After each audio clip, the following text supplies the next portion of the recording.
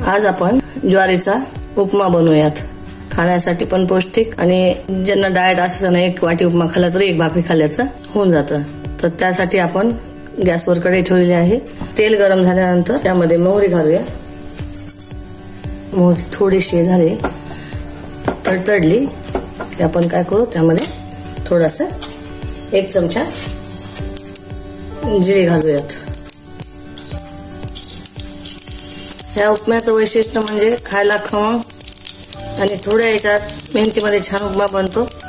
थोडे अर्धी वाटी शेंगदाणे,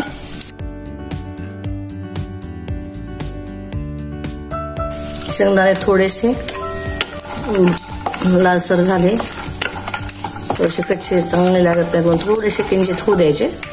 त्यानंतर आपण त्यात घालूया 8 ते 10 लसणाच्या पाकळ्याची पेस्ट, कढीपत्ता,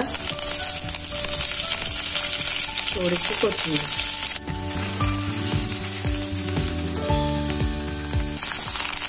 किंचित लसणचा रंग बदलला, थोडासा तळला गेला आपल्याला वाटलं, थोडासा लालसर झाला की त्यामध्ये आपण घालूया ज्वारीचं पीठ. 1 वाटी पीठ घालते मी. ज्वारीच्या पिठाचा निव्वळ उपमा कसा होतो की थोडासा तुम्हाला मिक्स करायला त्रास होतो आणि आपण हटताना थोडेसे मध्ये गाठी होतात. तर त्याच्यामध्ये थोडा काय करायचा, 1-2 चमचे रवा टाकायचा.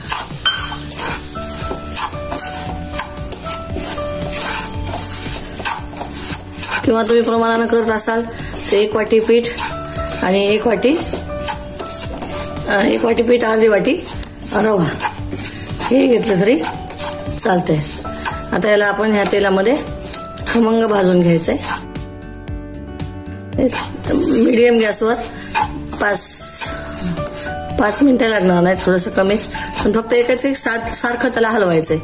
आता खालच्या साईडला जर तुमचं लाल किंवा थोडंसं करपलं तर उपम्याची चव छान येत नाही. आणि हा उपमा अतिशय सुंदर लागतो.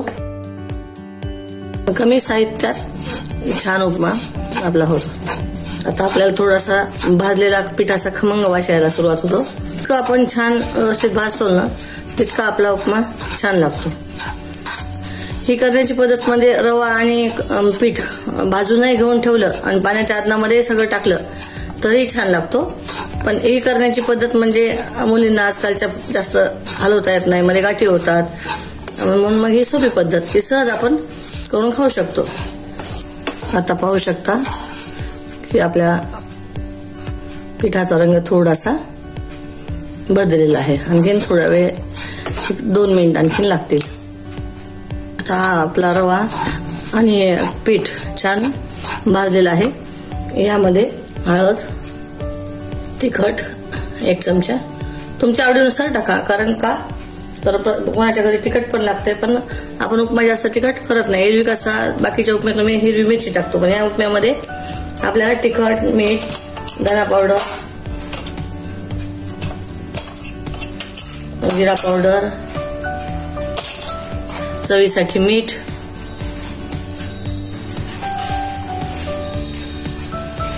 आता परत हलवायचं छान. त्यानंतर जर आपण अगोदर टाकलं असतं तिखट, मीठ, तर ते भाजताना करपलं असतं आणि चव खराब झाली असती. म्हणून पूर्ण भाजून घ्यायचं अगोदर, नंतर तिखट, मीठ टाकायचं. आता छान मस्त भाजलेलं आहे. ह्यामध्ये आपल्याला गरम करून पाणी घ्यायचंय. गरम पाणी टाकायचं म्हणजे आपल्याला लवकर वाफतो उपमा आणि छान होतो, चिकटही होत नाही. आणि या उपम्याची स्पेशालिटी म्हणजे आपल्याला याच्यामध्ये दही घालायचं असतं. तर मी आता गरम पाणी घालते आणि अर्धी वाटी दही घालते. तुम्ही दह्याचं ताक करून घेतलं तरी चालतंय.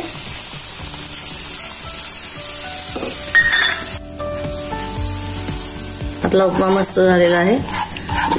जर तुम्हाला पिठामध्ये मिठाचा अंदाज येत नसेल आणि एखाद्या वेळेस वाटलं की आपल्याला मीठ कमी पडलं उपम्याला, तर काही घाबरायचं नाही. कधीच स्वयंपाकघरात मुलींनी ते कधीच घाबरायचं नाही. स्वयंपाकघर अतिशय प्रेमाचा विषय आहे आणि जिव्हाळ्याचा विषय आहे.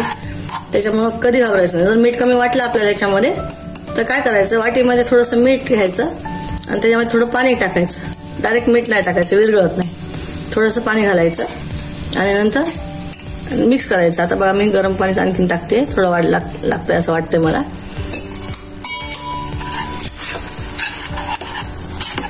तसं प्रमाणानं बघितलं तर तुम्हाला एका वाटीला 3 वाट्या 3.5 वाट्या लागतच असते. बघा उपमा अतिशय सुंदर झालेला आहे. त्याला पण छान हलवून घेऊया. आता ह्यामध्ये आपण एक स्पेशल गोष्ट, ती ज्यांना सर्वांना आवडणारी आणि हेल्दी अशी 1 चमचा साजूक तूप घालायचं आणि ह्याला छान हे पहा अतिशय सुंदर रंग आलेला आहे. आता यावर आपण एक 2-3 मिनिटांसाठी झाकून ठेवूया, म्हणजे छान उपम्याला आपल्या वाफ येते. आपण एका बाउलमध्ये काढून घेऊया.